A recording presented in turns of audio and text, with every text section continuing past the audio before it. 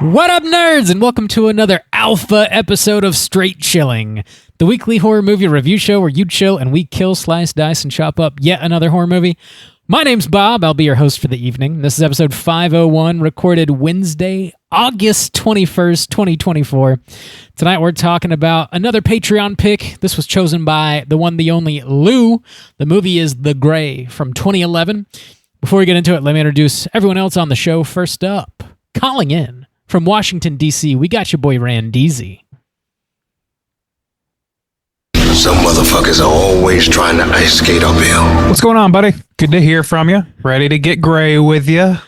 I am Gray. It reminds me of the human being mascot from Community. The Greendale human being? Yeah. Yes, the gray mass of a person thing. Yes, yeah. That's Get gray he's a with human me. being and nothing more. Get gray with me. Last but not least, calling in from Seoul, South Korea, we got your boy Soju. Oh, what up? It's your boy Lone Wolf Stains. Oh, boys. Oh. Bit of an alpha, boys. That's what they call me, you know. Welcome to I call Alpha you a Cast. bit of an alpha. A bit of an alpha. Just A a bit of a cryptid little- alpha. Bit of an alpha nut, boys. No. Just go nuts over them alphas. I'm a Sigma. Which is not very alpha, so I guess that's not quite right. You're a beta alpha. That's quite beta alpha. I'm a bit of a bit of a omega, beta alpha. they call me. They call me Sigma Bob. Yes, that's what we call you. Thank you. I'm a lambda wolf myself, but I'll let you decipher whatever the hell that means to you. My boy Lambda Randeezy. Love to see That's it. me. So plump, so right. So great. Oh, yes. We're recording this one super early again because we're going to be doing some traveling during the holiday season. So this is... How dare you? I know. How dare we? This is scheduled to drop November 6th. That probably won't change, shouldn't change. Anyways, hope everybody had a happy Halloween and is gearing up for Thanksgiving at the time. Hope everyone enjoyed our 500th episode. This is 501, boys. Yeah. This is like a Era. fresh start. I feel like we it's could do presumptuous for us to record this before we Right. get to our 500. Maybe we will. I'm sure Calling our our shots. show is amazing and it really took us to the top. And now we have some kind of special deal going spoken on. like a true alpha cast. Oh, yeah. We rule this shit. We're a bit of an alpha cast. We don't need it, but you love it. If Are you're you listening waiting to receive my limp penis? to any other horror cast, you're a beta bish.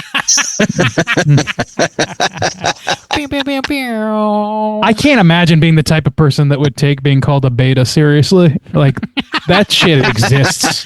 That's because you're an alpha, brother. It's just, Spoken like a true alpha. oh, thank God.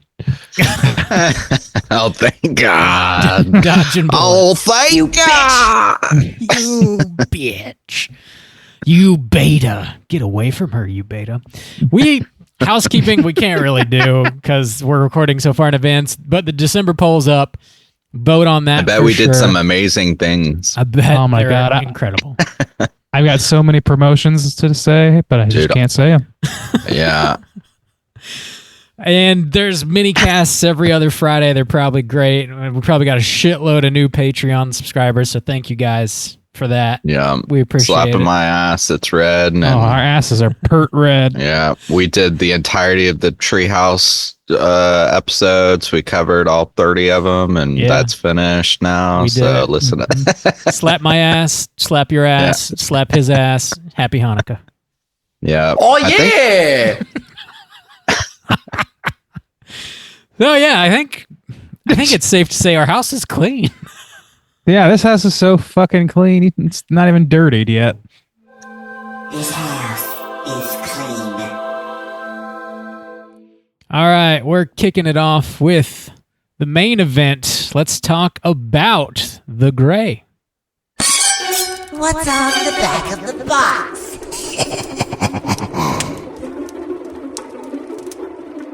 Bob, Justin. do you have this box? Ask Rob if he has that box. Hey, Bob. I got no box for you. I'm really letting you down. Bob, with all those Whoa. blues, you don't have a gray one? Is it because it's gray? That's why, huh? I can't have any gray on my shelf. It's a gray ray. Makes it. Can't A have it. gray. Can't have it. It's lesser than. Yeah. These alpha eyes deserve better than all that gray. Gray rays are for betas. Shave all your beta hairs. God. Says Sigmund Bob over there. Sigmund Bob. Sigmund Knopf. Sigmund Bob. Hey, not my Christian name, guy. Sigmund Bob over here. Gray Oh rays. my God. They're vision wasted. It's early. Can you tell we've been doing this for 10 years? On point, right? We're Yeah, really professional. smooth. Never been smoother. Holy shit. No, 501. It's like episode 1 again. We're just starting from scratch. Yeah, let's just take it on back. We're doing a replay of this whole podcast real quick. Perfect. No box. I'm sure it exists. I did stream this one. It's easy to find. You can find it pretty much anywhere if you want to check it out. We're talking about The Gray, and from 2011, rated R with a runtime of an hour and 57 minutes. This was directed by Joe Carnahan, written by him as well, based on a short story by Ian Mackenzie Jeffers. This stars Liam Neeson, Dermot Mulroney, Frank Grillo, bunch of other hunky boys. You know, Whoa. just a bunch of alphas. Yeah, that's all. Yeah, just a bunch of alpha men doing what we do. You can always tell a good pack by how many alphas it has. Efficiency is what they're known for. They never butt heads. In any Luckily, this podcast only has one. The way it should be. yes. I think We got an alpha, a Sigmund, and whatever Randy said was. The perfect blend. Yeah, really, that's really what you need. Everybody knows. I'm just a Jesus loving ex-Marine. Randy is an ex-Marine. The Gray. That's what I'm a talking stolen about. valor guy. We're talking about. Plot synopsis brought to you by IMDb is as follows. After their plane crashes in Alaska, 6 oil workers are led by a skilled huntsman to survival, but a pack of merciless wolves haunts their every step. Boys, have we seen The Gray before? And would we recommend folks check it out? Randeezy, kick us off. I had not seen this film. It has long been on my radar though, since I think it came out. People in my circles have talked about this movie to me, talked it up a little bit. Never been a huge, just straight action guy. But I think that if you are, this one would do it for you. I'm not sure it's such a recommend for me. Right on. Juice, what about you? You know what this movie made me think of? It made me think of staying with my parents and wandering into the living. Well, no. And wandering into the living room one day, and this would be a movie I can imagine my dad watching and me being like, oh, I'm gonna hang out with my dad, or I'm gonna sit here and watch a movie with my dad, and then watching it and be like, yeah, that was pretty good, or that was a movie to share with a family member. But it's not necessarily something I would seek out. It's definitely a movie that it's on and it's good to enjoy in that kind of way, but not really something. It's a good watch with dad. Yeah, good. Well, I'm going to get into some kind of more of that, but yeah, I think it. And actually, honestly, this is one of the first movies that we've covered a lot, and this is episode 501. But it was the first movie where I was thinking to myself, does this really belong? I don't know. This is the first one that's really made me question if it fits the cast, which we'll discuss as well. But yeah, definitely more of an action, not Ghost, not just the Gray. Ghost never batted an eye at Ghost. No, I mean that's definitely spooky, but yeah, I don't know. So it's almost as scary as the going into church and seeing the Holy Spirit. It's terrifying. Whoa, that's scary. Church is kind of scary. So loose recommend for me. Bob, how about you? This was a first time watch for me as well. Almost. Heard of it a lot. Never seen it with dad or otherwise. But I do generally enjoy Liam Neeson and like really anything I've ever seen him in, and I'm down for a survival movie, I guess is how I would describe this. You know, they get lost in the woods and have to survive really harsh conditions, and there are wolves everywhere. It reminded me a lot of that movie Frozen. I don't know if you, not the Disney one, but the horror movie directed by Adam Green that came out before that. People get stuck on a ski lift at a lodge. Yeah, and never seen there's it. wolves below them. You mentioned it. Similar vibe.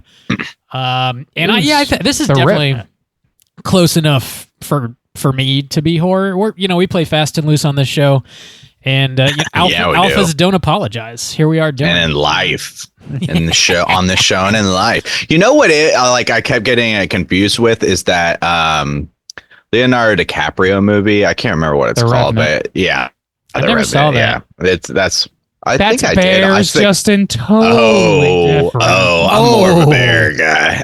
I'm sorry. Do you know cinema? Okay. Do you know Bears and wolves are different. Robert DiCaprio would only eat a bear. Not a wolf.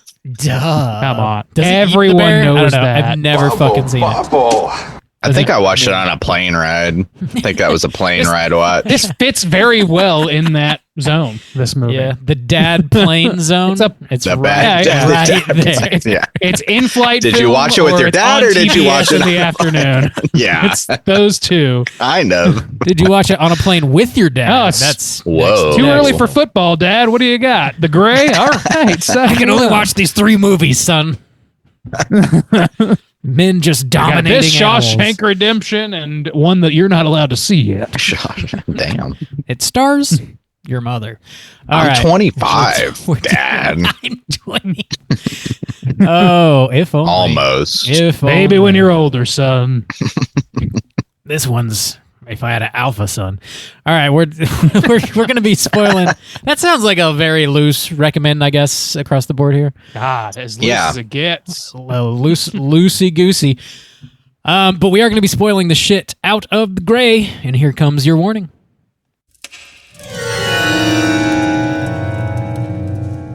Spoiler warning.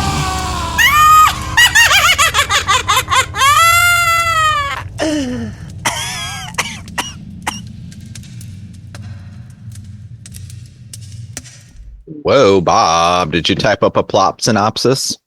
I did, question master. All right. Well, hit me with it, I guess.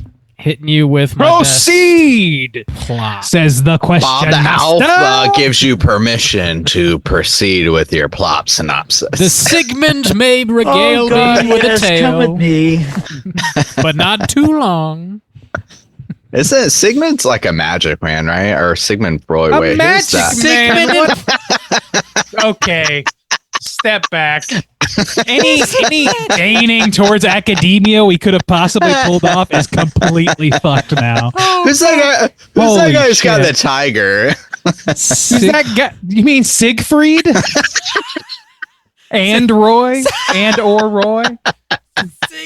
My boy Sigfried. We got bears, we got I might- tigers, we got wolves. I got a new therapist. His name is Siegfried Roy. He told me I want to date my mom. It's real weird. Sigmund. Oh my god.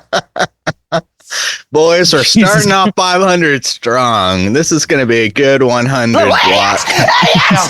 This guy right here Damn. can therapize my ass and also make a tiger disappear. What have you done with your life? And show me a magic trick. Show me a magic trick, I actually Sigmund don't Freud. I don't even know what those tiger guys do. Are they still alive? Didn't the tiger get one of them? He did, but Okay. they're alive. Wait, aren't they alive? They're alive. I don't right? know. I think at least one of them's dead. The- yeah. I think the tiger got him, right? I think he got The tiger fucked did up get a him. I little don't know if bit. they died by tiger. Oh, okay. I think that they did stop performing with tigers. This is much better than a plot. I think he got fucked up Yeah. just a little bit. Let's do a Siegfried and Roy synopsis real quick. So the one Early guy, lives. the one, oh no, this is a different, Penn and Teller is what I'm thinking of. Oh yeah, But- dude, we are all. But the dude Penn, the big one, is he Penn? I don't fucking know. The big Penn one, is the big one. Teller's the one that doesn't speak. It's a pun. he made a, oh, got it. He made a movie, like a really? 2018 or whatever. I was in my top 10 list. Nobody fucking saw it. It's really good. It's called Director's Cut. Check it out. You can stream it somewhere. But he wrote it and fucking stars in it, and it's cool. Check it out. It's a horror movie. Yeah, they did pass COVID, actually. No Oh, shit. really? Both of them? Yeah, no, one of them and pancreatic cancer for the other. In the following year.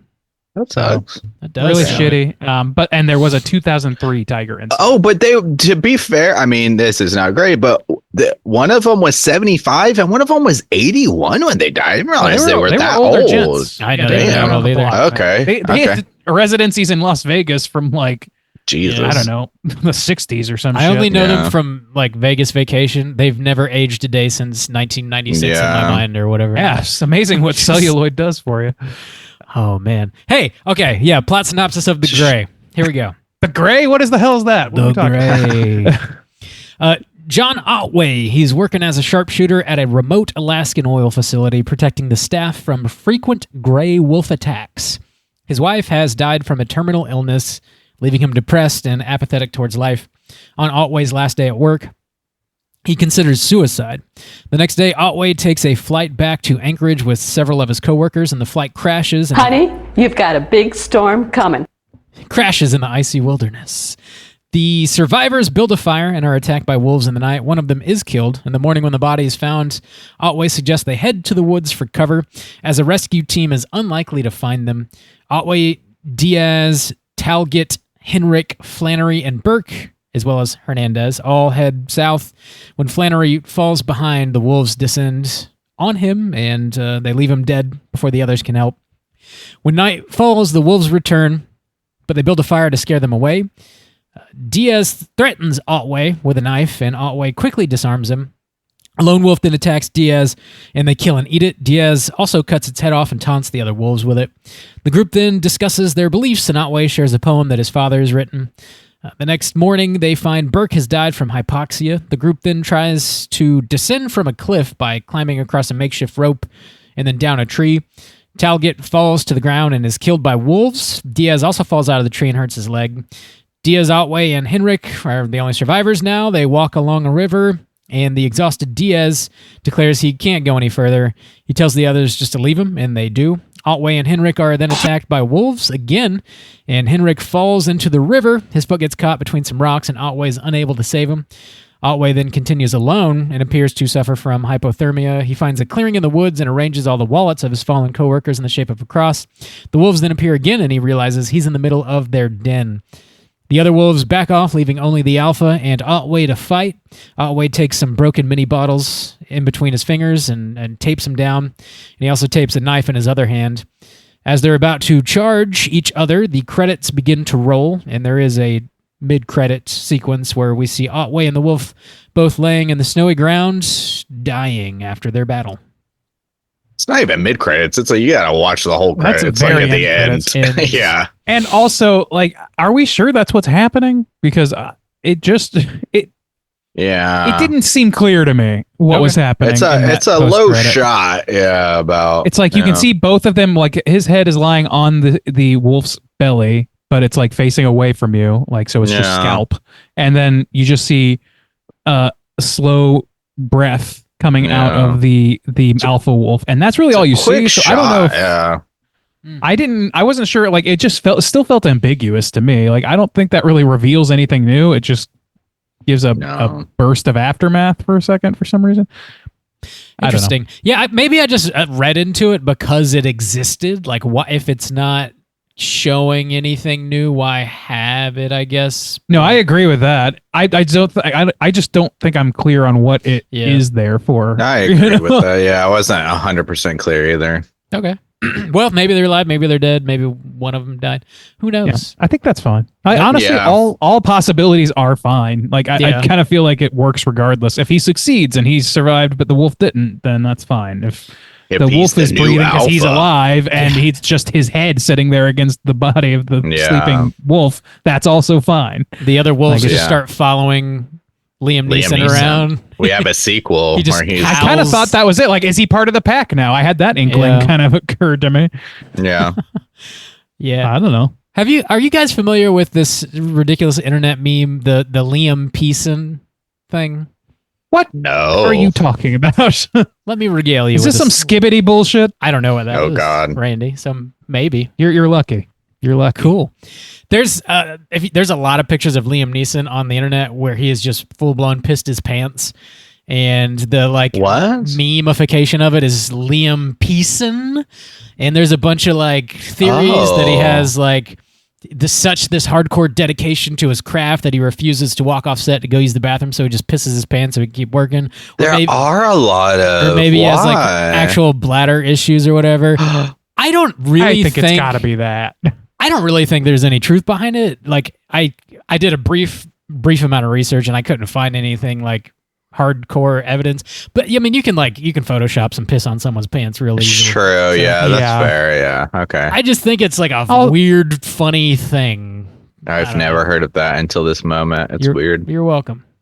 If you have people with bladder and control issues tend to use diapers or other such instruments to prevent that. He also, so I gotta think that it's not that. I didn't look for any pictures of this, but he does also famously have a gigantic hog. Maybe the diapers just aren't big enough, Randy. Oh, really? Oh, my God. Does That's it really? true. Or are you just fucking around? No, that's another thing that internet. It's another Willem Dafoe, huh? Yeah, it's so. Honey, you've got a big storm coming. Damn.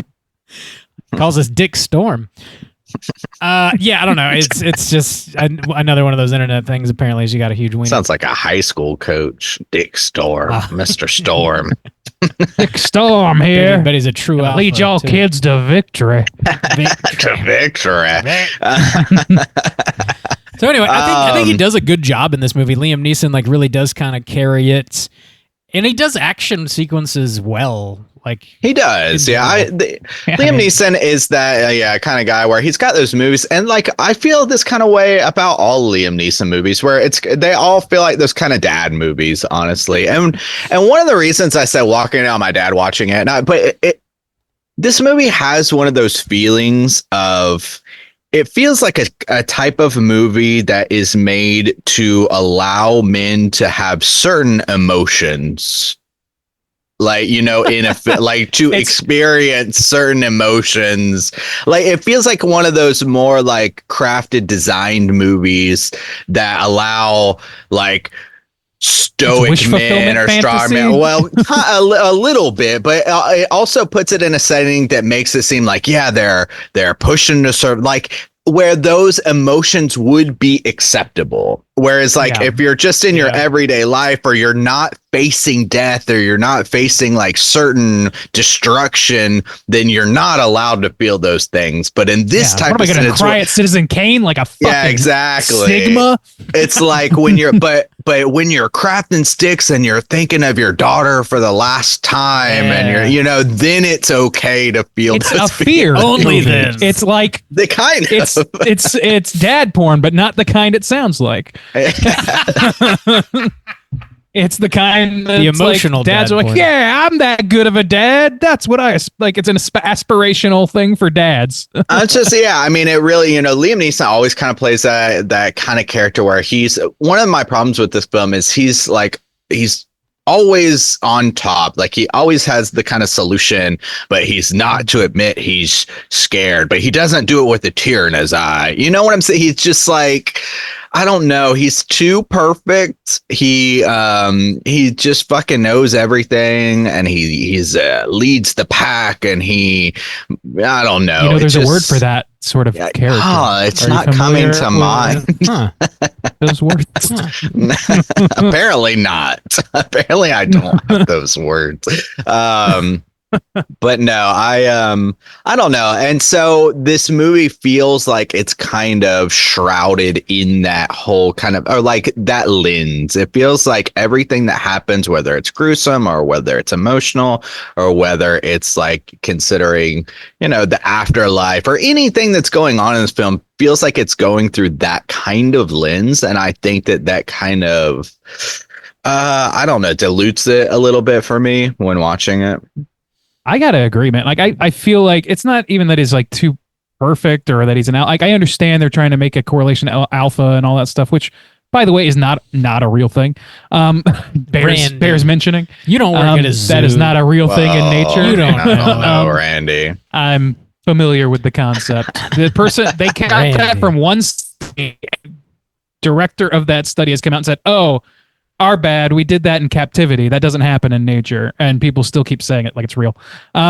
Anyway, but yeah, like I feel like he just doesn't have an arc. Like that's the thing. Like his arc is survival. I understand that. That's fine. But like there's no like deeper arc for him except that he's sad about missing his wife, which it's a pretty shallow puddle, man. I don't know. Like it's like I just don't get a lot from that. There's a struggle with faith happening with his character, and You think so? I do. It's not very deep, but it does sort of like have an interesting moment towards the end where he actually does. He like seems like he's a proud atheist at the beginning, and he says as much when they're sharing or whatever, and then at the end he does like when he's totally alone, he shouts at the curse sky. out God. Yeah, and he's like he does a Mel Gibson in Signs. Yeah, exactly. Yeah, exactly. He says like, Right. show me something and I'll believe in you until the day you die or whatever. So he's like is open to the possibility because he's so fucking desperate. He's got nothing else to lean on. So he's not like fully believing in God, but he's at least now willing to accept it, I guess. So there's like a small arc happening there, but not. And he does arrange the wallets in like a cross shape when he's like reflecting on these other people that have fallen and stuff. So it's not like a huge arc, but a little bit. I actually think there's a little bit more, to be fair, since you were being kind of fair. And so I think the kind of arc and something that's done okay in this film is one of the big things is at the beginning, he is about to commit suicide. So he writes this suicide note and everything. So it kind of does this flip with the whole like going from my life is not worth anything or I'm giving up to literally struggling for life, scraping and doing anything that you can to actually survive, to the point where even when he faces his final battle, whether he lives or he dies or whatever happens in the end of that scene, he goes out fighting. He's not going out giving up. He's not giving up on life. He's trying to maintain it no matter what, even if it seems hopeless and, all that. So there is actually a little bit more there. Yeah, that's fair. Yeah. It just feels very like toe deep, and that's fine. That's fine. It's not the end of the world or whatever. I don't know. I'll be honest with you. I watched this movie. I had to try and watch this movie 3 times. First 2 times, I both crashed and burned and fell asleep like midway to 2/3 of the way through. So it took me 3 attempts. I didn't watch the whole time, the entire film the second time or the third time, but I did see the whole thing. And I don't know, man. Like I feel like there's not like the actions. I can't pinpoint what it is, but something about this movie kind of lacks for me, like just generally speaking. And I'm really having a hard time pinpointing what the problem is for me. I know that I was also tired when I went to watch it those 2 times, and that's certainly on me, not the movie's fault. But I'm just saying, like, this movie was having a real hard time. I was having a real hard time connecting with this movie. And even with that, a baseline for an emotional core or whatever, it's pretty thin. I don't have a lot to hang on there. Like the characters seem pretty thin elsewhere. The action seems fine. The CG wolves don't seem so fine. And I don't know. It felt extra long and hard for me to get through. Did you guys experience anything like that? This to me is, it wasn't necessarily hard for me to get through. It did kind of like go on a little too long. But what I think about this movie is this feels like a type of movie. And again, it goes back to like the way I was describing it is about like this dad kind of movie. It feels like a movie that would be very easy to write. Like it doesn't feel like a lot of effort was put into the writing because it really hits some kind of like basic beats of people, are stranded and there's some infighting. And when they really sit down to question life, they miss their children, they miss their wives, they miss their daughters, and they're sad about that. And when one fallen soldier goes, they're sad, but they press on. I mean, there's really not a whole lot extra to it. It feels like a very easy movie to write. If I just read the back of the box, I feel like I could pretty much there's no twist, there's no surprise, there's no extra depth or whatever. It pretty much is like what it is, I agree. Yeah, it is. Maybe that's it. Is that it's like pretty bog standard, and it's narrative to the point where like nothing at all about this movie surprised me in the least, except for one thing, which is that I had thought in my head for whatever reason that this was a movie about Liam Neeson alone in the woods surviving and having to deal with a pack of wolves attacking just him. I had no idea that it was like a whole like a whole thing with extra people that he's trying to keep alive, that infighting, all that stuff. And I thought that would add to it. It didn't really add to it. Like, I would kind of rather have just seen a character study of him, which is what we got in The Revenant. And this movie feels very similar to that, except, you know, maybe a little bit more going on underneath. And that's part of it. But that movie has its own problems or whatever. It's been a long enough time to where I won't comment too much on that. But I feel like that's the superior version of what this movie is doing. Yeah. And I feel like part of that has to do with the fact that there's like these other characters. They're not additive, really. They're very stock characters in my mind. Yeah. And they're not necessarily in a fun way. They're taken deadly serious. It feels like it feels like a morality play put on by dad about what it is to be a man. That's what it feels does. like. Yeah, it really does. And really, the characters only feel like they're there to almost kind of like prop up or to highlight qualities of Liam Neeson. You know, like you got the asshole who's got to be there so Liam Neeson can stand up to him and be the alpha, but also begrudgingly. Yeah, but also, you know, forgive him or show him mercy and trust him and give him his knife. Yeah, it really does. It feels like this, like this more, or this way to highlight traits of masculinity, and again, placing it in a setting in a way where it's okay to accept those things. It's okay to show forgiveness when you're trying to survive, or when you're you know, scraping by or whatever. When you're being attacked by wolves. Yeah, it's okay to admit you're afraid when you're standing up to them and carving a knife, and you know, just like I thought carving a knife with a better knife. With a larger knife. I thought there was some like really solid action sequences in here that I did find engaging. Like as far as Liam Neeson's character goes, he did feel like a bit of a caricature at the beginning.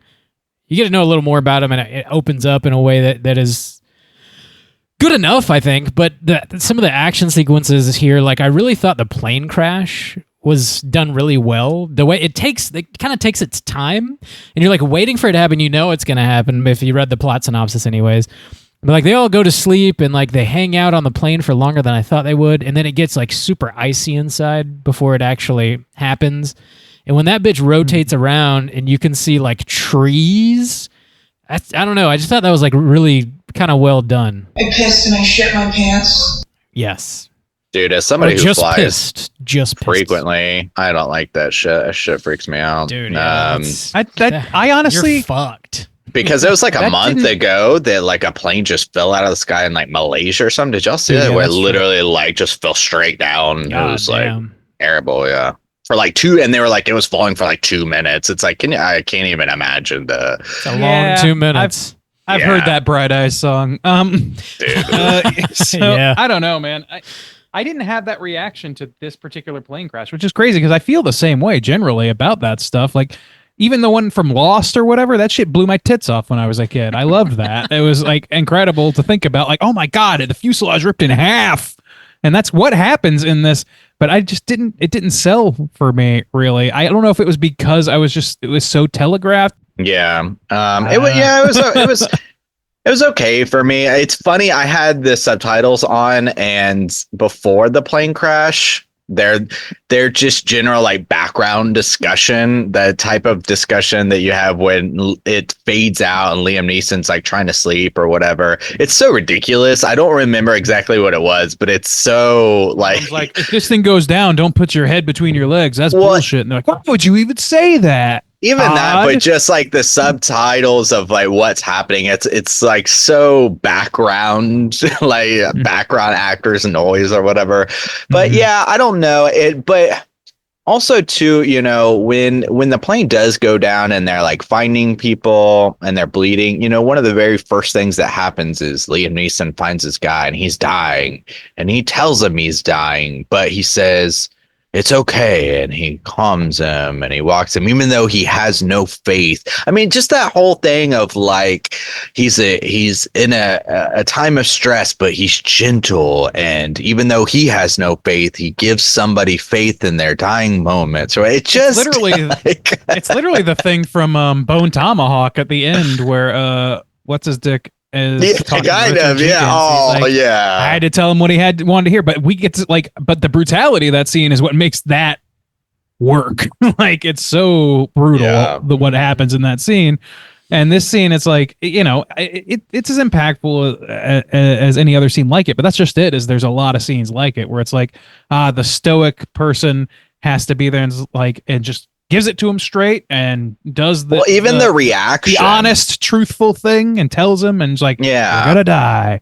Just watch me and look at me in the eye. But the dying man accepts it and doesn't panic or doesn't like freak out. He just calmly looks into Liam Neeson's eyes and then goes peacefully into the void. Yeah, I mean, it's just too much leadership.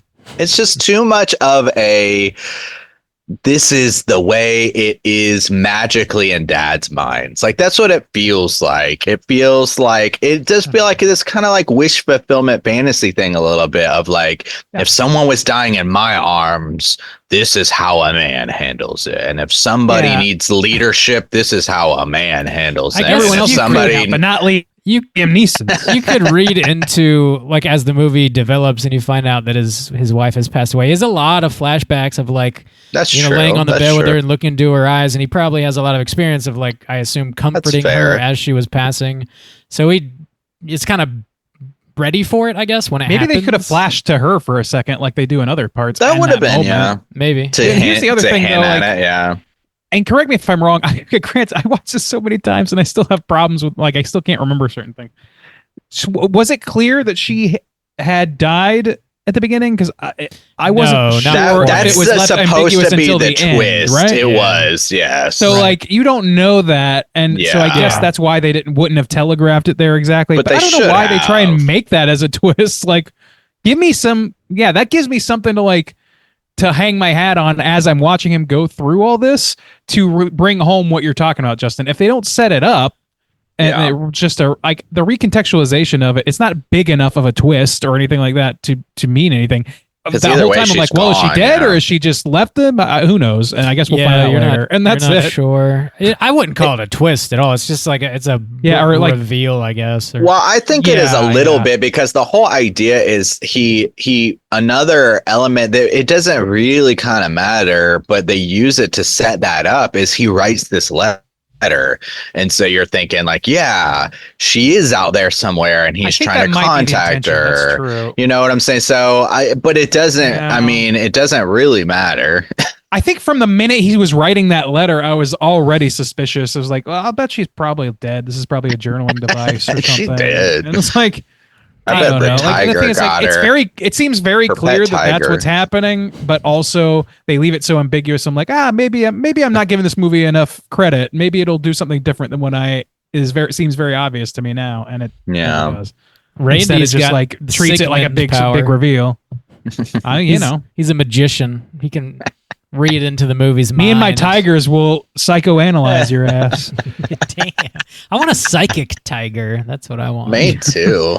Who doesn't want a psychic tiger? I mean, you know what I want to live, I think. Anything but a psychic tiger. If you're getting me a Christmas present this year, don't get me the psychic tiger. I will throw it in the trash. I swear. Wait a minute. That's reverse psychology. I know this. Nothing gets by you, Sigmund Rand. My tiger told me not to listen to you because you're using reverse psychology. Now, I will say there was like at the beginning they did, I guess there's this one scene. Maybe there's more. So the one that sticks out to me when we're talking about, so I think something we need to do is, this really was the first movie that comes to mind. There could be others where I was thinking like, I really don't know if this matches this podcast, because one, it's very dramatic, or when we talk about a horror comedy or something, it feels like an action drama or drama. I would say maybe drama first, drama action or whatever. But Elevated drama. But I mean, there were a couple scenes of some brutality and a couple jump scares, I guess. So the guy who gets taken in the night the first night when they're doing the watch, he's playing the video games. I think he goes to take a piss or something. And then they wake up the next morning and he's essentially been eaten and there's a lot kind of like left over. And they do some pretty close up shots of his entrails kind of hanging out and stuff like that. But after that, I mean, the one guy gets eaten when he kind of wanders off from the group, right? And then one dude goes to sleep and dies, Burke. One dude falls out of a tree and then kind of gets dragged off by wolves. That's not too brutal. I don't know. I mean, there were a couple scenes of brutality. There was one jump scare where the guy, Burke again, is sleeping and he like wakes up, but they give it a wolf noise. Did y'all notice that? I did not notice that. That's it was a jump. It was a jump scare, but it was just him waking up, like having a dream. It's when he was like talking and they're like, oh, he's suffering from hypoxia or whatever.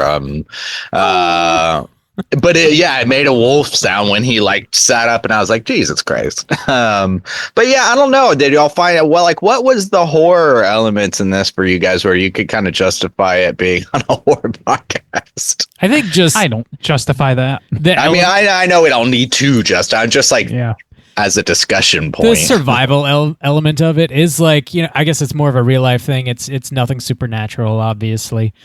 Yeah. But it is, dude. If I was Jaws, I mean. True, and we covered Jaws. Yeah. And it's, it's another creature hunting you. Yeah.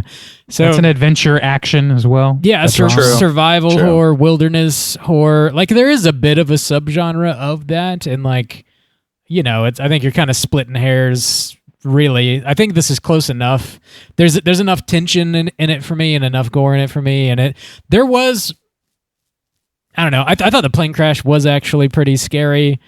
Yeah. In addition to what we've talked about already, I think the most tense sequence for me, the one that really had my butt puckering, is when Dylan McDermott or Dermot Mulroney. Dermot Mulroney. I fucking mix him up all the time. The famous game is when he is shimmying across the line to the tree and he's got his hand is hurt and his glasses fall off and he just thought about you and the glasses fell. I was I bet Bob is not like squirming. I hate that scene. Fucked me up.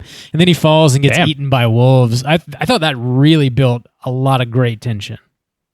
The way that it's shot, because it looks like below him there's this huge canyon, but they're jumping across, and when he falls, he like falls in the trees. Yeah, it like swings him into shot the tree. Really weird. Yeah, was it? Yeah, I don't know. Somebody it worked for me. The way they even like led up to that was weird because I was like, oh, he's jumping off like into the tree. And they said when it gets, I don't, because he's like, when we feel the tension, we're gonna pull on it, and I was like, well, that wouldn't do anything.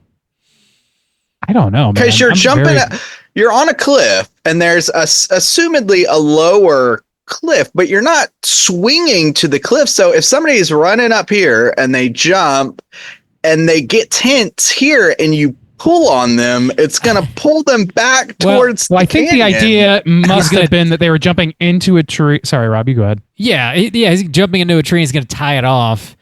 But pulling him wouldn't help. I don't remember the exact line, but the sense I get is like he's gonna, when they feel tension after he ties it off, they're gonna pull it taut. Yeah, when he ties it off, I don't know. Yeah, that makes sense, but that wouldn't lead any tension to them saying like, oh no, the knot wasn't pulled, because they make it seem like he is holding him up. I don't remember when the guy goes to, oh shit, the knot came undone, and he's like going to like grab the knot really quick, and it's like, oh, I have to hold him up or else he's gonna die. You know what I'm talking about? I think For maybe this. they This were sucks. just really worried about dropping the line because if they do, they can't because get it then back. they can't get across. Also, a Okay, makeshift yeah. rope made of like It is. tied together sweaters and shit. So like maybe Yeah. it's like those knots and not the one that he tied off. No, it is, I don't yeah, for sure. But Gotta I just, tie those- it was shot weird, and I was a little confused about how they're trying to sell it. Dude, I am not jumping across I couldn't. I would fucking die I'm not- immediately. Also, I think anyone would die. I mean, Yeah. like, who's gonna? You can't just jump 30 feet into a tree, like, and be okay.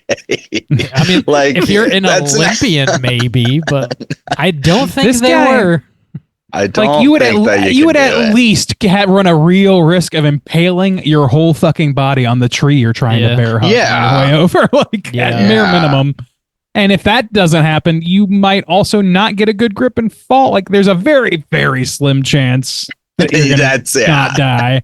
Yeah, it's I would find another That's where way. the tension's supposed to It's come from. But desperate. it just felt like I Also, don't know, too, like, I that just kind of wasn't sucks. invested. Yeah, because the whole idea too is like you jump over this chasm, and so they should be fairly safe at that point. How the wolves get across the chasm? My They got question down there is, real why fast, not didn't use they? that rope? Yeah, they were there They were there, but also like, why not use that same makeshift rope to to climb swing, down a rope? or climb down to a cliff. Yeah, Climb down the side of the cliff maybe it you're just on? wasn't Yeah. long enough. Do you need to jump at all? I didn't really. Well, I When don't the- know. when it- I'm not when a it- frontiersman, but When it breaks and he like flings into the tree hanging on the rope, he still falls a very long way. So maybe it just He wasn't does. Yeah. long enough, you know. That, Maybe, that shit but- fucked me up. I thought that really worked. And then after that, No, yeah, that was fine. the scene of the dude Henrik, was it, who gets caught and drowns, built good tension, but I got so frustrated that motherfucking Liam Neeson wouldn't try anything but pull on the dude. Like, he's clearly stuck. Go underwater and see if you can get him unstuck. Like, he just didn't But do also, it. you're like the fucking snot. I don't want to get in the water. Dude, it's Well, I know you're already kinda in the ooh, water, My nips but- are already hard. Ooh. Dude, You don't want that hypothermia giant dick will to kill show I'm you. with you. you. I'm with you. Like, no, it's more than that though. It's like rushing river. Like that's why his foot got stuck. He puts his head under there. He might get swept off. Like you don't know what the fuck. my boy I don't know. Neeson's can do anything. I feel like he He's could an have alpha. tried. He was just yanking with all his might, which Right. it was a very like I think that was an effective death scene. Like I was like, damn, that's a heartbreaker. Yeah. You know, He whatever. I drowns. get that. His mouth is like a matter of inches away from the top of the water. It's tough to watch. Yeah. Yeah. I'm is going to tough. pull the curtain back a little bit, boys, so you can't. So when he, at the very Show us end, that hog. Show that No, I- fucking meat. I know it's supposed to be badass when he takes the little bottles and you smash them on the thing. Dude, those on a plane, they're plastic. You can't take glass Even if bottles. they on aren't, them. they're like you don't like they don't smash like a big ass Yeah. like movie Pulling bottle the of Jack curtain back. Daniels. they're On the plastic. mini bottles. Yeah. Yeah, I know that not many people have ridden planes before. Blowing this thing wide open, boys. This whole thing's bullshit. Checkmate. Thank you, writers. Justin. Liam. My life is a lie. Oh man, I wish they would have used the pot breaking sound effect from Wet Hot American Summer. And that's, Need to do a straight chilling cut. yeah. I don't know. This movie is basically like I not immediately, but I thought about there's this clickhole article that is like something that Clickhole. years ago. It's an Onion website. It's an One- oniony from the Onion. clickhole. It's an oniony clickhole. No, it's like a satire website that's like BuzzFeed was or whatever. But years ago, they released an article that if I bring it up to Beck, they'll immediately start laughing because it's like just one of those things that tickles them so much. The headline is "Meet the terminally ill woman who is choosing to end her life with dignity at the snapping jaws of 20 hungry wolves." That's how this movie Sounds ends. like something Beck would be into. It does. Yeah. With dignity. Well, also, so to be fair too, because it kind of been railing on this movie a little bit. Yeah. To go back to Bob's shot that that affected him. From an artistic standpoint, I thought it was actually pretty cool and a pretty effective kind of rug pull. It just in your gut a little bit of when the guy falls from swinging from the rope or whatever, and he's laying in the snow, and he had already talked about his daughter. So we do have that dad moment where it's the little girl and her hair's coming down and it's like brushing across his face, but the reality is the wolves are tearing him apart, which is Snapchat. I was like, damn, that's pretty fucking brutal. That's pretty fucked up. I thought that was effective too. Yeah, like I don't know. There's a handful of moments like that do make this go from being like completely bog standard to being like, you know, it has its moments. It has its moments. It does. It does. I agree. Like, I don't know. The thing is, I say, like, we kind of railed on this movie, like you said, and I think we pinpointed as much as we can what some of my issues were with this.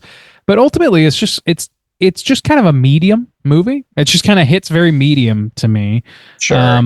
And those are the things that keep it from being less than medium.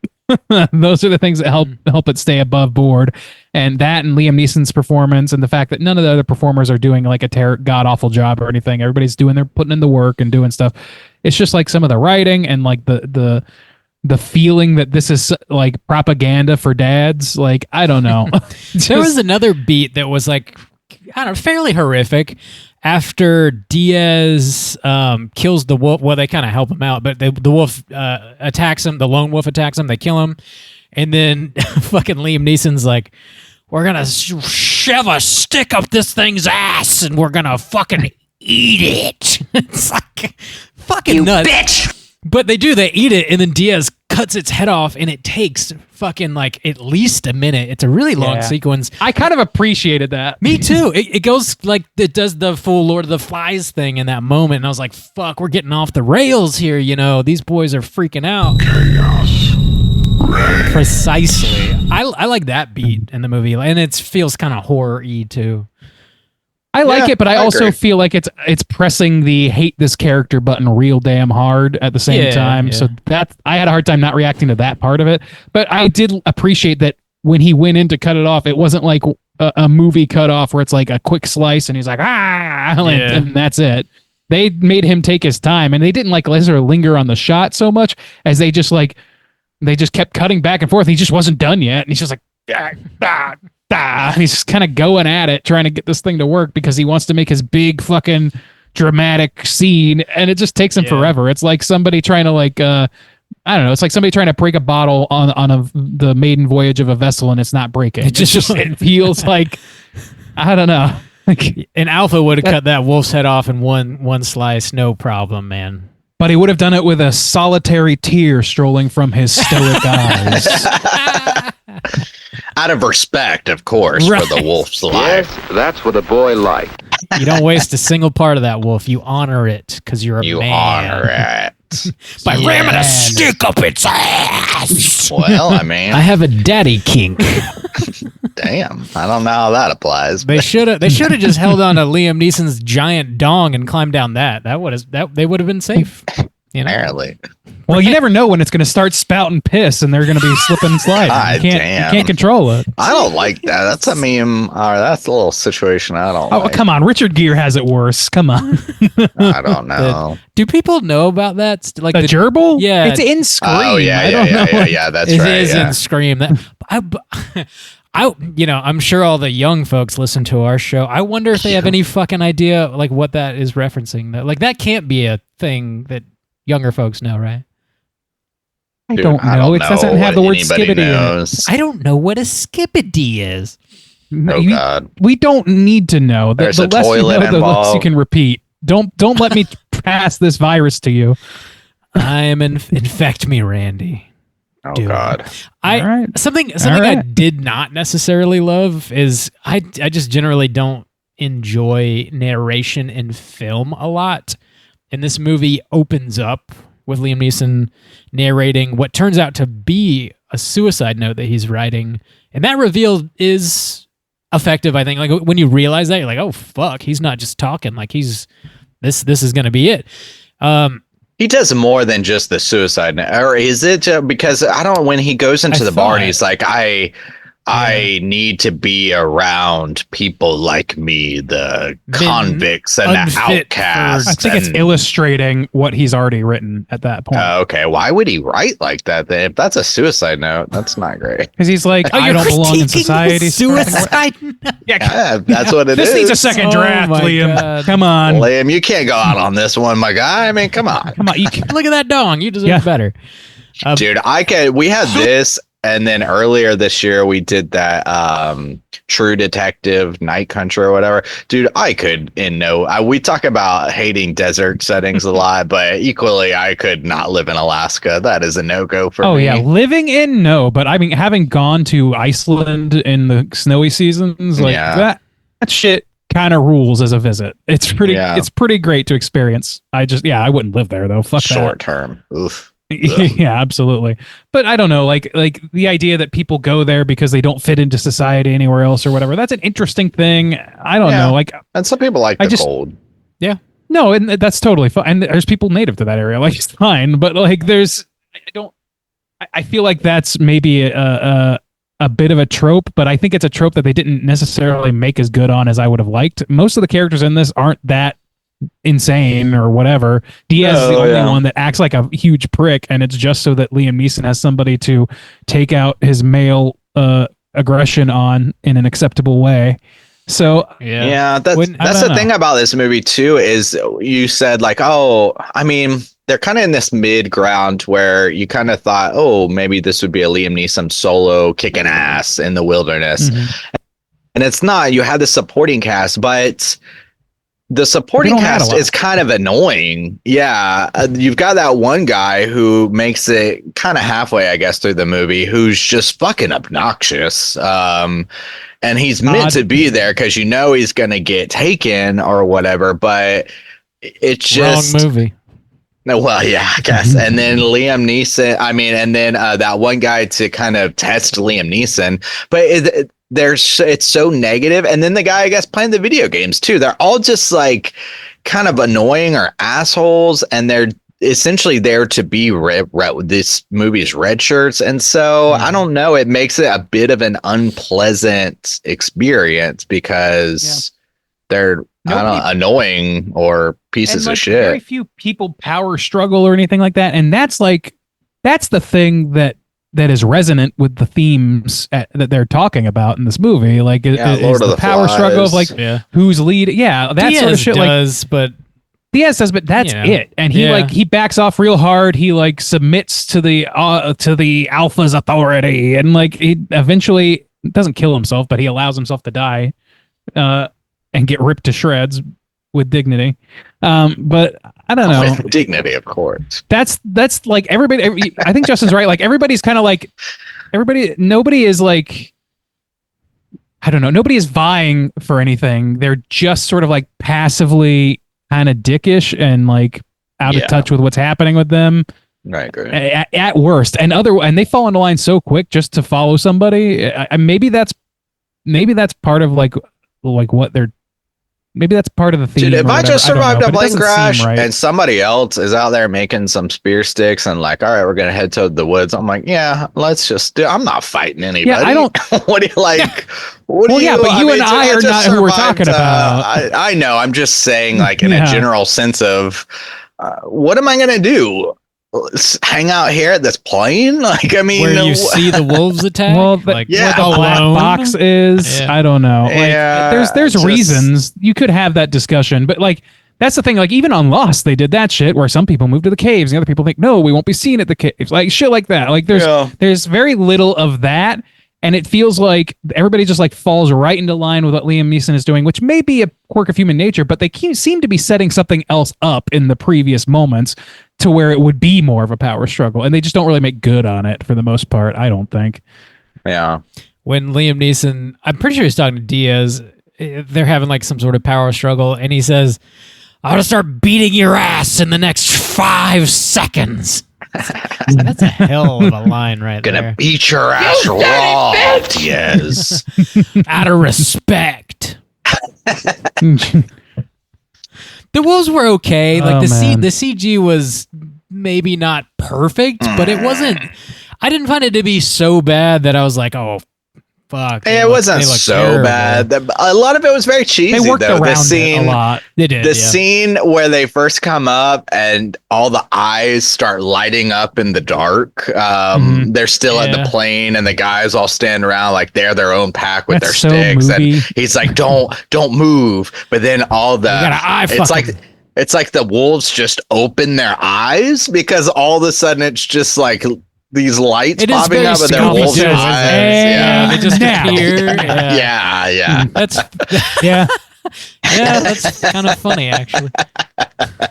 And they open just, like, your slowly eyes. They materialize. had slowly pulled out of the darkness. Maybe that would have made more sense. And then they start I don't know that it reading would have your been mind much better, but because they're psychic. that's such a movie moment. You know what I mean? It And is. I don't mean that as like a super positive. It's just so like that just doesn't happen, and it feels like this moment of real tension is being undercut by the unreality of that a little bit. It is.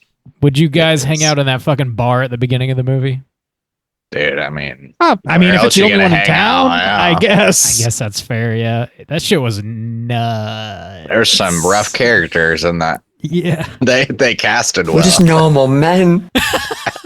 Well, We're just innocent men. I don't know if they're innocent in that one. I don't know. They're innocent. They're fucking brawling and it was lit. It was the brightest bar I've ever seen in my fucking life. It's essentially just a warehouse. It's you could do surgery in there or get blackout drunk and beat someone's ass. It's fair game. It really feels like if somebody told me that this was a remake of an old Western where the wolves were replaced with coyotes or something, I would not be the least bit surprised. It's just that's feel, yeah. maybe part of the issue that I'm saying. Like, it just feels so much like in line with that sort of movie, and that it's movies that's just sort of played out to me, I guess. So maybe that's what it is. Like, if you told me that it was a remake of a old Japanese movie, like a Seven Samurai sort of deal, that was like a seminal movie way back when, even before Westerns were a big thing, and it was about, a bunch of tigers attacking people who, shipwreck on an island, I wouldn't be surprised by that either. It is a timeless tale in its way, but it kind of doesn't work to its benefit, because I feel like this timeless tale has been told and retold ad nauseum, almost as much as like the Chosen One narrative and shit like that. It just feels very by number. Well, to me. Randy, per classic Randy, we're starting to land the plane here.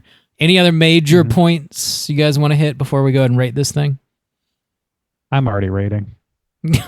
Okay, we know how this works. Let's do it, Randy. Finish your thoughts, man. And out of 5, how do you feel about The Gray? The Gray. Yeah, I mean that really is the gist of it. Like, I have we're covering. I could have put it in The Gray. my butt, Wolf. Damn. The Gray was almost the title of the movie Old. But anyway, so this is like this is pretty much what I've been saying the whole time. Is it's not a bad movie. I don't dislike the movie. I'm just very uninterested in it because it is playing with just so many elements that I've seen done so many times and frequently better.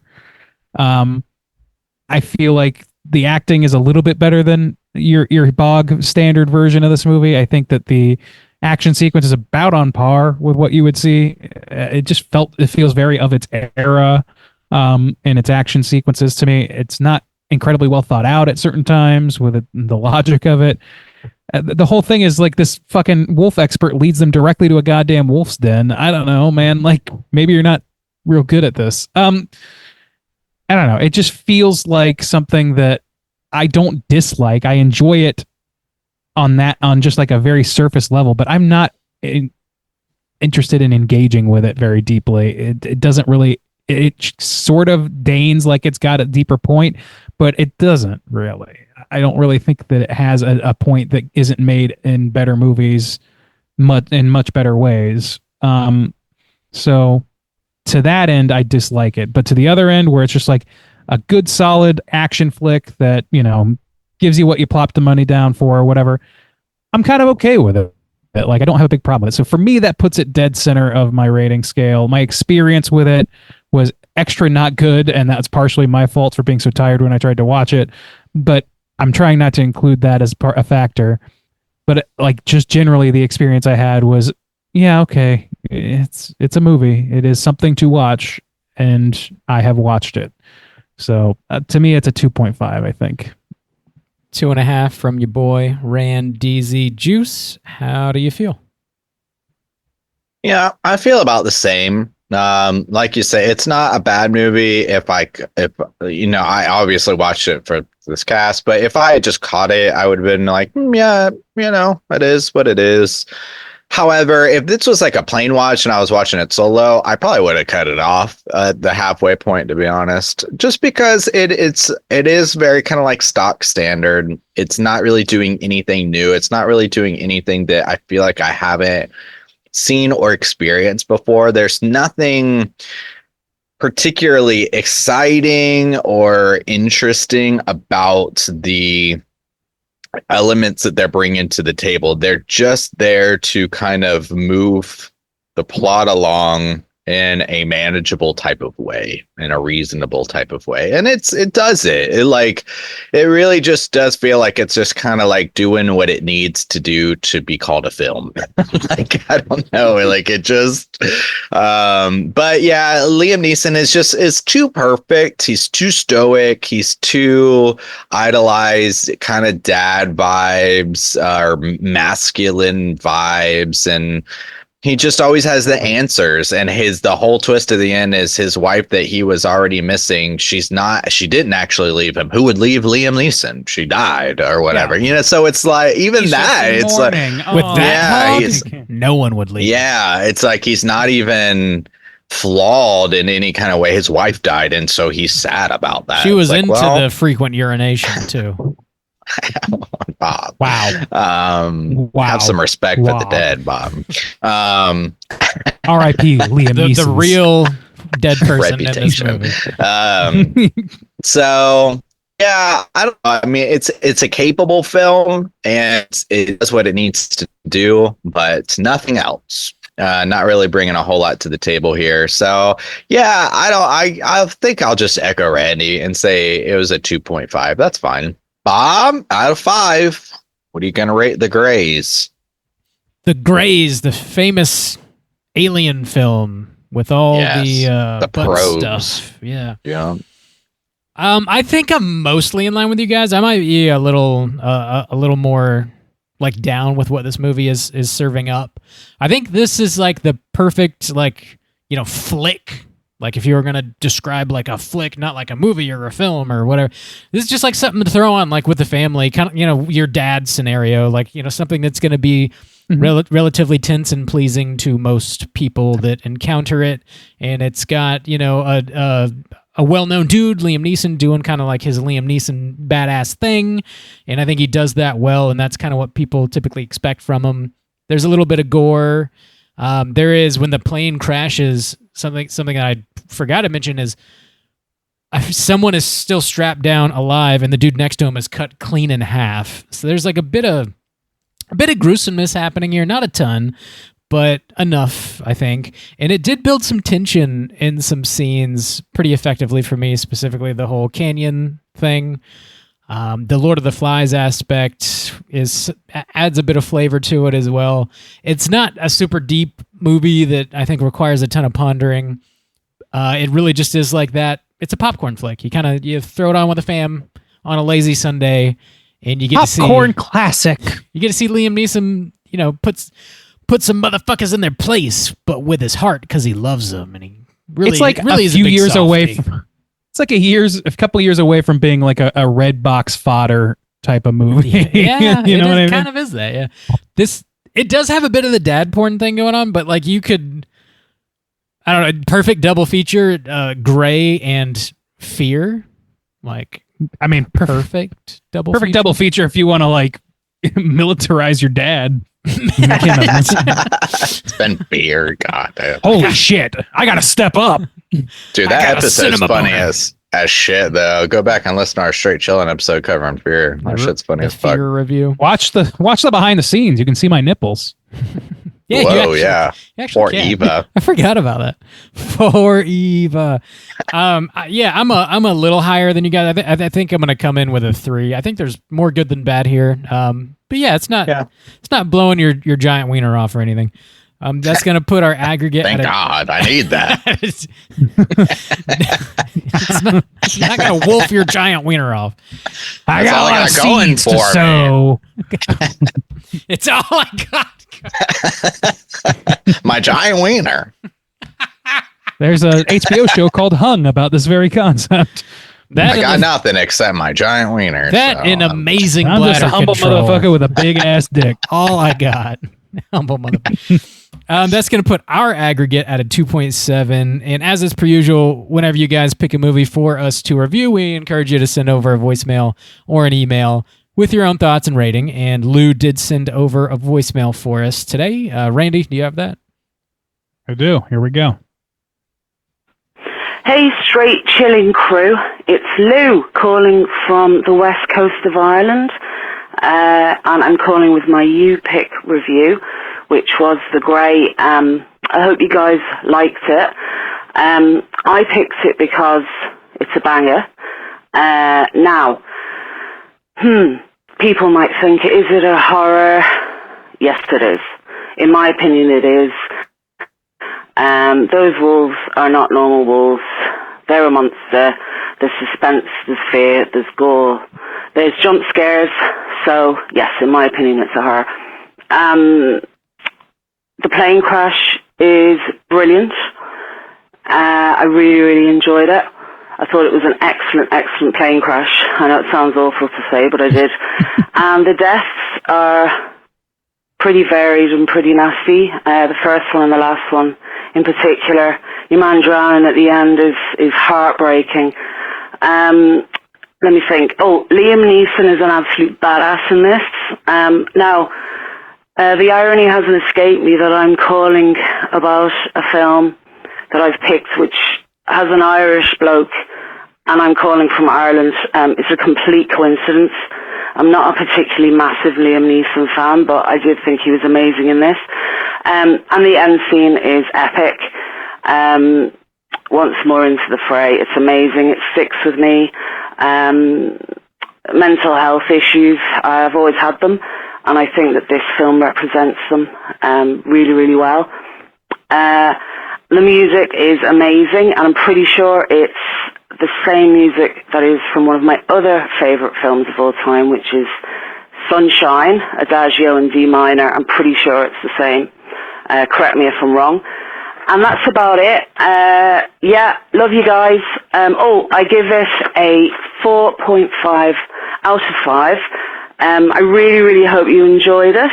And yeah, thanks a million, and I'll chat to you guys soon. Tra. I think it's very, very sweet that Lou thinks that we are in the position to fact check her on anything. We're not. I know. I did see, since I was waiting for the credits to roll through, I caught one of them said that the music was recorded at Abbey Road. So there you go. Whoa, all right. Boy, which we all know. Trivia. Adagio in G minor was in fact recorded at Abbey Road Studios. Yeah, everybody knows that. Yeah, everybody knows. Don't by we? Pete Guest. The dice are loaded. Everybody knows. Nice. Yeah, thanks for picking this flick, Lou. It's one that I think we all have heard of, and just somehow none of us had seen, which is kind of interesting. And sure, Liam Neeson didn't influence your pick. Sure. And that's a good call out with the idea of the mental health and stuff like that, because I do think there are some underlying themes that I didn't quite dig into, honestly, because the whole idea of the poem and his story about the dad and some of I think there probably is a little bit more there, and if it resonates with you, it probably feels a lot richer. I think it just didn't with us, and so we see it more as kind of standard, but I think there is probably a little bit more there than we're giving it credit for. Yeah.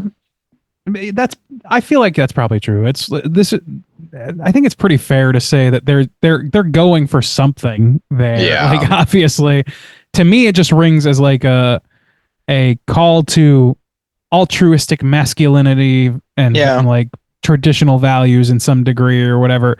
I did not really register it as like a mental health issue. But I guess you could see that argument. I don't know that it like changes a whole lot about how I experience the movie, but it might elevate my thinking about the themes behind it. So good call, Lou. Yeah, that poem. And I don't want. Sorry, go ahead. You can finish your thought, Randy. I don't remember what it was now. Go ahead. I say that poem we really didn't mention, but it's a short little poem that his dad wrote in the movie. It's once more into the fray, into the last fight I'll ever know. Live and die on this day. Live and die on this day. And he says it a handful of times throughout the movie, and it seems to be a big motivator for him, I guess, to like live each day like it's your last, or I see that even kind of ties into. I didn't find it to be that deep because even like the problems with this dad and the way he describes his dad is like the traditional Irishman who feels like he needs to puff his chest sometimes, but he also reads poetry, so that rounds him out. Or like I don't know. It still kind of felt like that medium masculinity ground for me. I don't know. I could see it from a mental health point of view, though. Like I'm looking at the line, like it's like once more into the fray, into the last good fight I'll ever know. Live and die on this day. Live and die on this day. And like if you're looking at it from the perspective of somebody like considering suicide that has walked away from that and just continuing, I can see that. Okay. I think that's a fair call. I will say that like it's a bit of a shame. Like I don't know.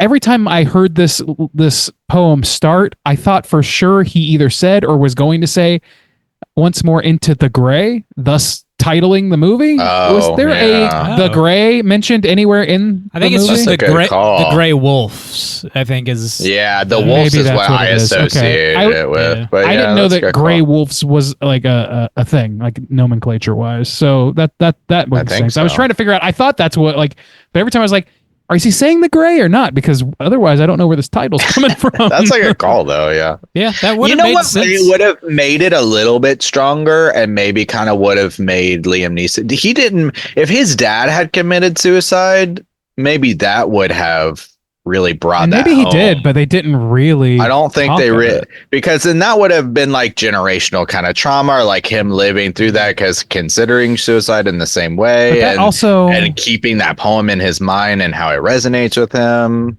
I don't know. There seems like there should be a second half to the story about his dad. We know he's an alcoholic, or at least he's a heavy drinker, and he reads this poem every day. That seems like something you do, like. Maybe the story should have been, if I was to workshop this, it should have been like, okay, his dad's a drinker. He's not a good guy. He abuses his mom or something like that. And like it's just kind of a bastard of a guy, but something happens. He accidentally kills somebody on his motorcycle or something. And then when he comes out of prison, he's gone through 12-step program. And this poem is what gets him through every day. And he doesn't drink anymore. And that's what makes him an altruistic hero man. Like that creates a full narrative for it's like his dad is an inspiration for him, and he's failing his dad by considering suicide. It gives him more of more gas in that tank, I think. I don't know. I feel like there's something there. I just like it really just kind of washed over me. I don't think that they pressed the pedal hard enough on that.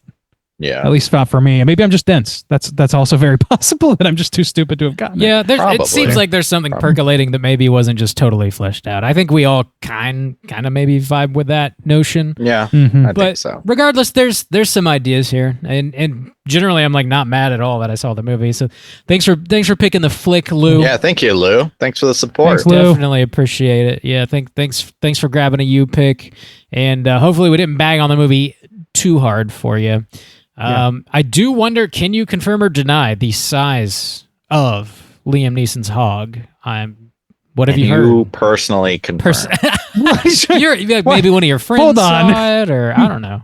What? Like, all the women in Ireland have seen this man's wiener, as we know. Backstep here now. All of a sudden, he got caught. He got caught being a weirdo. The people want to know. Okay. The people that live in your brain want to know. No, asking for a friend. No. Your psychic tiger wants to know, Mr. Sigmund. We really tell me what that hog's like. She was gorgeous. What that hog like. We covered a lot of ground this episode. So yeah, let's go ahead and jump into our Rotten Tomatoes segment. See what the critics and users think about The Grey. Certified. All right, ladies and gentlemen, this is the Rotten Tomatoes segment in which I'm going to have these gents guess within the best of their abilities what the aggregate positive score in percentage is for The Grey on RottenTomatoes.com. We're going to start, as we usually do, with the critic score. There are 211 critic scores. We are looking for the percentage of those that are positive. Juice, why don't you start us off today? Where do you think that those 211 reviewers are going to put this movie? I think this is a pretty safe movie. So I think it's going to be a general, like, acceptable, like, crowd pleaser in a kind of way. You know, not a lot of people are going to be looking at this. You know, we're reviewing it as a horror film and from that kind of lens. But like in a general sense, I think this is a pretty safe movie for a lot of different people to watch and enjoy. And Liam Neeson's a pretty safe name, I think. So I think it's going to be fairly high. I could see it going. I mean, even like the things we were critical about, I think people would be more forgiving in 2011 when this came out, like the way the wolves look or something. So, okay. I think it could go high as like, I think 80. I think 80 is reasonable. Yeah. All right. 80 from Juice. All right, Bob, where are you going? You going over? You going under? Sideways? Reach around? What are we doing? I kind of am in line with Justin's train of thought here. I think this is generally going to be pleasing just kind of across the board. So it's tough. Is it going to be higher or lower? I think I'll take the over on this. Okay. And how much? I'll go with I don't want a $1, so I'll $5 with an 85. Oh, you could take in the boys. That seems too high. I just can't. I got one extra point.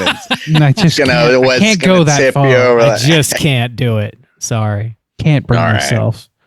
All right. Well, I've got some pretty thrilling news for you, gentlemen. Ooh. One of you is spot on the money. We got a ringy-dingy here today. The correct answer is 80%. Justin's walking away with this one. Congrats. It's been a while for ringy-ding. Whoa. It has been a little while, yeah. All right. Congrats on that. Well, hell yeah, boys. There we go. Oh, you didn't even conceal it this time. Come on. Getting too wise. I got to switch it up a little bit. You know, my dad had this poem he liked to say. Hell yeah, boy. Into the hell heat. Now, once again, other exciting into the hell wild blue yeet. There's some other late breaking news here that I'm just seeing for the first time in this moment, which is that there is no audience score anymore on RottenTomatoes.com, but there is. What? A popcorn meter, which is the same. They just renamed it. You were blowing my mind. I was like, what? Yeah, I was like, what the hell? It's the amount of popcorn you can consume within the runtime of this movie. It's a lot. That's what it is. Dude, I consume a lot of popcorn. Fucking hoover that shit. It's the popcorn. So the popcorn meter, or the audience score, or the user score, whatever you want to call it, has over 100,000 ratings. Over 100,000. Bob, get your redemption. What do you think those 100,000 plus ratings are going to net out to? I'm going to redeem myself with the boys. 86 project. Thank you. 86, project. Okay. Juice, how about you? Yeah, I think it's going to be fairly similar as we like. It's a kind of just a general crowd pleaser, nothing too offensive or anything. So I guess I'll just double down with an 80. 80 again. All right. Well, let's see. Yep. Okay, so the correct answer, you guys aren't super close on this, neither one of you, but the correct answer is about 19 percentage points off. Damn. It's a 61. Soju, you are going to walk away with it from a distance. Congratulations. Sweet. The boys let me down. I thought they were pretty alpha surprising. boys. They're not. I thought you were gonna go with 69 dudes, and I was very excited about that possibility. But I'm pretty surprised about that audience score being lower. Yeah, it's. I mean, there's a lot more ratings. And there's been a lot probably a lot more like trickle of ratings coming in over time. So all of those things that critics in 2011 might have given grace for, not so much now. Yeah, that's my guess. Let this be a listen to everyone listening. Christian rockers. Listen to everyone. Christian rockers. Listen to everyone listening here. Everyone listening. Christian rock groups, they're not alpha. Dudes who's 69, they're alpha. Remember that. 69 dudes. Remember There's that. a lot of Not as lessons alpha. in there. I'm not sure if they all match up, There's but a lot I of- hear what you're saying. I was listening, but I didn't hear a lot of lessons. I heard a lot of lessons, but not. I a was lot of lessons. listening, but the listen sounded kind of off. Listen to me. Ye hear Listen boys. to me here, son. I'm about to give you some good advice. You gotta listen to me though. Listen and let me learn ya. Lesson and listen. My boy, I'm gonna lesson you something. Here Lesson and learn. All of our fathers have the slackest jaws, apparently. Don't be a Sigmund. You gotta be an alpha. Unless you got a psychic tiger, then you do what you want. This is a preview of our true old age conversations. I can already see that. Like, there's going to be nothing ironic about this conversation in about 20 years. Can you imagine? We've done Give this me 30 years. we've done this 10 years. What are we going to sound like in 20 years? Dude. Dude. If we're still going in 10 more years, that will be insane. That will be insane. Dude. We'll never I'll tell you what we'll sound like. I don't know if there's enough horror movies for us to cover the last. We did them all. Let's give up. We'll just keep doing We're doing them the again. Gray. I don't think that there's time to there's do Halloween We again. already unbottled the genre mixing. So 501. Yeah, this ain't even a horror podcast anymore. We just decided, well, It's an alpha any cast. film. We only talk about alpha movies.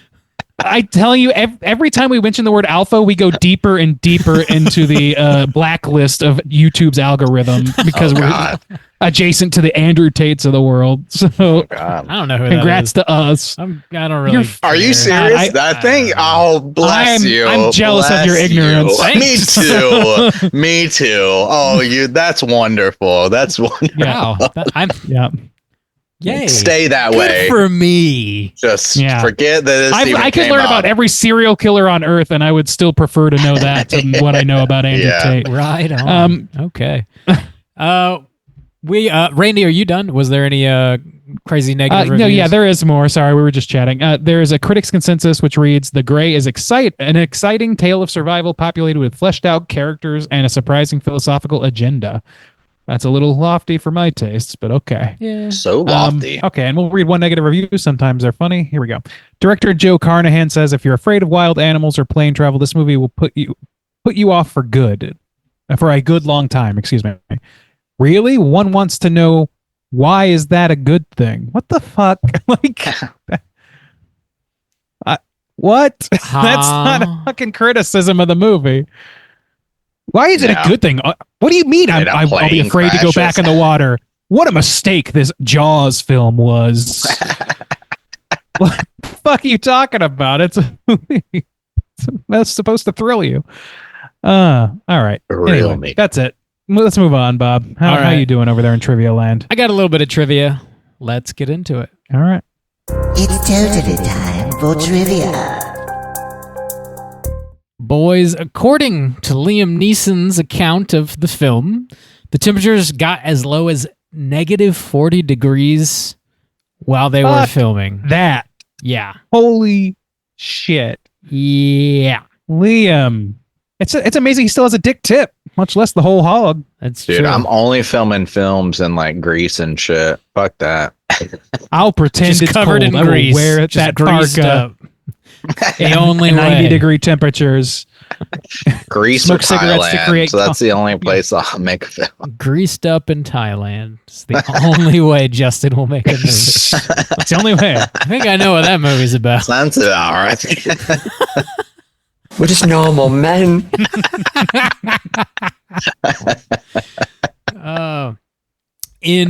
Just alpha men. We're just alpha, alpha men. We're just alpha men. We're just Sigma men.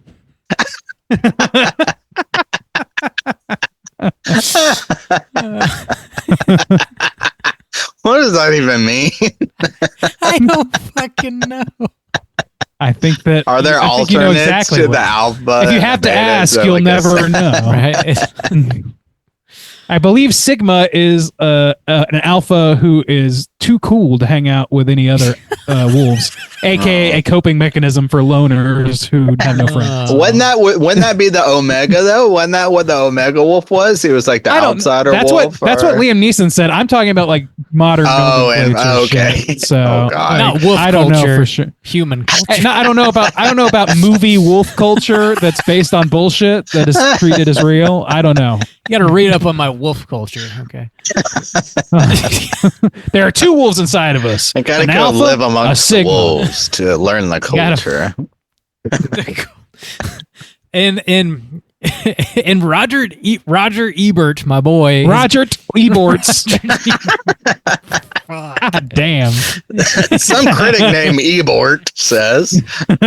Yep, my son is also named Ebort. Ebort. We're out of the Ebort license, please. Ebert got me. Jesus Christ. Oh my God. This is a well-oiled machine. My 501. 501. There we go. My boy, Ebert. So here's the next 500. May they all be as professional as this. He said that in his long career, this was the only time that he actually walked out of the next scheduled screening because it affected him so. After the Gray was over, this is a quote, after the Gray was over, I watched the second film for 30 minutes and then got up and walked out of the theater. It was the first time I've ever walked out of a film because of the previous film. The way I was feeling in my gut, it just wouldn't have been fair to the next film. What next film? Whatever he was watching. You know, they probably had a bunch of programs. He's a for critic. him. Probably watched like 8 movies in a row on Fridays. So okay, I gotcha. It bothered him and he left. That's such a specific, like, fucking, I don't know. That's so specific to his life. It's very, very interesting. Yeah. I think he just was tired. he probably had to take a huge shit, so he like ran out of the. It was the My Gray. stomach is I upset pissed and I from. shit my pants. He left it in all day. Left it in all day. Apparently, the last recorded event of a pack of wolves repeatedly hunting and killing a large group of people occurred in Turku, Finland, in 1880 and 1881. There were 3 wolves dubbed the Turku Trio, who apparently killed up to 22 children in a series of attacks spaced over 22 children. more than a year. The attacks ended. Boy, I'm glad I held off on hitting that bump until after you said that. Yeah. Part.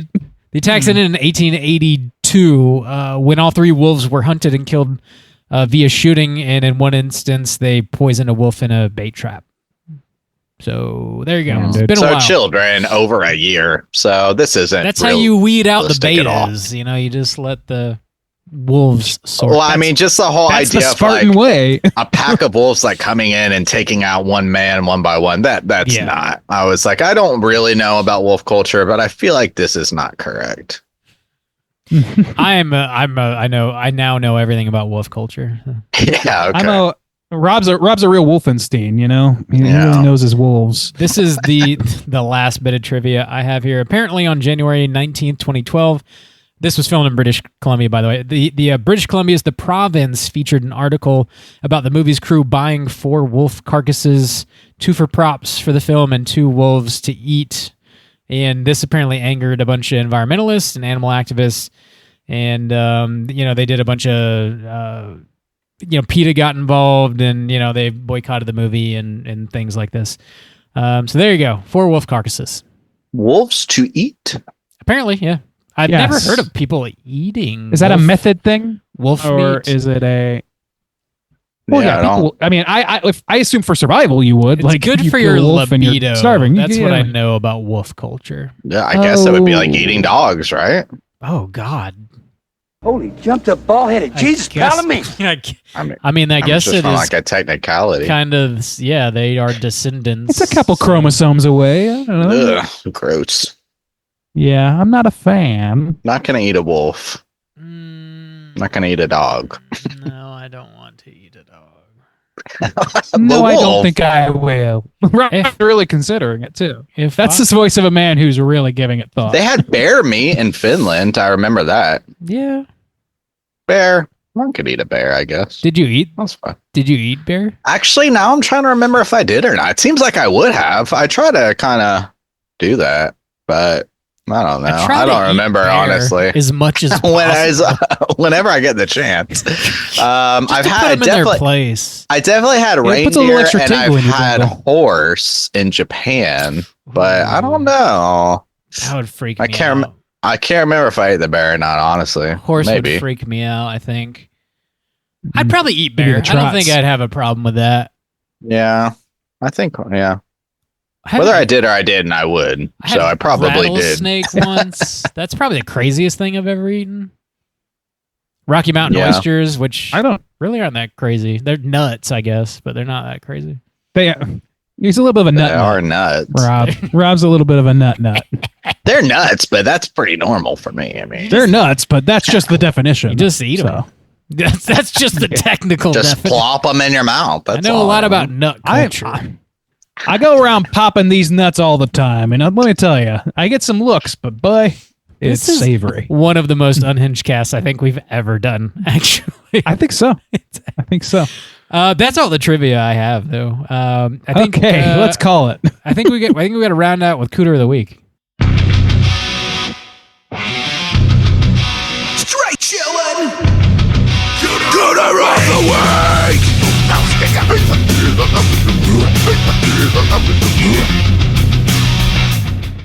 Juice, what is a cooter, and why do we hunt them? Whoa, Cooter is a character type and a straight chillin' exclusive. Cooter must hit 3 of these 5 points to be considered a cooter, but we want the cooter with the most points. The 5 points of cooterdom are sexual deviance, manipulation, smug arrogance, overall looking attire, and overall patheticness. Boys, there may be a cooter. I think we're going to be light on cooters this one myself. The only one that popped in my head was that guy, like, is it Landry or the guy who's like saying the plane's going to crash or whatever? Yeah. Yeah. Pathetic. What was that guy's I would name? say something like Landry or something. Yeah, he's the only one that came to mind for think. me too. Flannery, Yeah, that sounds think. right. Yeah, or something Flannery. like that, Yeah, he's kind of a Flannery, it's obnoxious. It's obnoxious. Dude. He's pathetic, maybe is the strongest thing, but I mean, he's saying something to Liam Neeson or so. Oh, he's talking about his girlfriend getting an abortion or something. Oh God. Oh God. That Oh is not a conversation I want to hear. I don't remember that conversation. Yeah, it's very when he well, first sits but- down on the plane, and then Liam Neeson's like, "Shut the fuck up," and the guy moves seats. He said so. He called it the scrape. Dude, Oh, yeah, my that's God. why I kind of let's just I don't let's just love go. that. I know. Let's give him that Let's sexual just- deviance. Justin is about to pass out. Let's just say he's a cooter. We got him, boys. What, you don't want to expound on the scrape? I just want to throw him in the clink and shut the door. And then maybe Man. Diaz. So Diaz has more of the smug arrogance, I would say. Sure. And I think they both do, but it's like yeah, so but- unearned and nobody Yeah. buys it that I don't think it like Yeah. resonates that well for him. But I mean, he was talking about like sleeping with the prostitute and getting the clap. I forgot about that. So I mean, Yeah. I guess if you think sleeping with prostitutes is deviance, then sexual It's deviance. Consensual. It's an adult exchange. Yeah, it's It's an exchange of fluids and goods. Yeah, I'm fine. I'm good fine. fluids. So, all right. fluids. Well, then The best let's fluids. just say that maybe that one guy, just because I don't want to talk about him anymore, and we got the cooter. They're all Well, kind there's of not like much else to say about him. they're all kind of Yeah. like I don't know. There's any. Cooter What about this? lights. The rest of that bar, the entire bar, just put them all away. What about that Omega? He was that guy. That guy's He was a real pathetic. sexual deviant. He gets his head cut off like a bitch. That's really Oh, yeah. pathetic. He gets a stick rammed up his Pathetic. ass. No wonder can he's lift, an Omega. bro. They literally spit roast him. So Damn. Okay. God. All Damn. right. All right. Let's just go ahead and call this one. Let's give this segment the scrape. What do you think? Oh, boy. What I is can't. happening? I can't do it. I can't. Cannot get past the scrape. Can't do. Dude. Oh man, you see what Liam Neeson does to us? It's all fucked up. See what happens when we hit 501? We just break down. We're just fucked coming up. undone. 500 is the We need an alpha to come in here and set us straight. Somebody to keep us in line. Another one? Somebody give me a lot of strict rules to follow. I doubt his hog is as big as mine, so I have a daddy kink. just have to submit. Well, just hang it on YouTube and we'll have to have a literal dick measuring contest. That's gonna do it for us. Since we're recording so far in advance, we're not really gonna be doing what we've been watching or Hotline Screams. We kind of can't really. But again, thanks to Lou for picking this week's flick. We'll be back next week with a brand new show per usual. We're gonna be talking about, unless the schedule changes, we got another You Pick coming up, chosen by your boy Jim. It is the classic film, The Greasy Strangler. Are you serious? Ooh, it's going to be set in Greece? Yes. Oh my god. There's a strangler in Greece. My god. Damn, a Grecian strangler? You shouldn't Oh my have done gosh. it. You shouldn't. Bob paid you off, didn't he? Bob paid you off. Nope. Didn't have to do anything. I bet you did. Jim said he really loves believe that. this movie so much. I don't believe that at all. My big fat greasy strangler wedding. Greasy. I love it. My big fat greasy strangler. Goddamn. Check out the Greasy. That's the sequel. That's got to be the sequel's title, right? Yeah, it should be. My big fat greasy strangler. Damn, That's great. I am really excited about this conversation. It sucks that I have to wait like 3 months to have it at the time of this recording. But you have 3 months to look forward to it, Juice. I think I'm gonna be absent that week. I know you. Well, we'll just reschedule it. We'll make sure you're on. I'll be in Greece. I think I'll be in Greece strangled. Check out the Greasy Strangler. Get ready for next week's show. Until then, you can find us on all the social medias. We're everywhere. Just search Straight Chilling Podcast and we'll pop right up. And until next week, as always, all you mother truckers, please keep chilling. This is a gallon of PCP.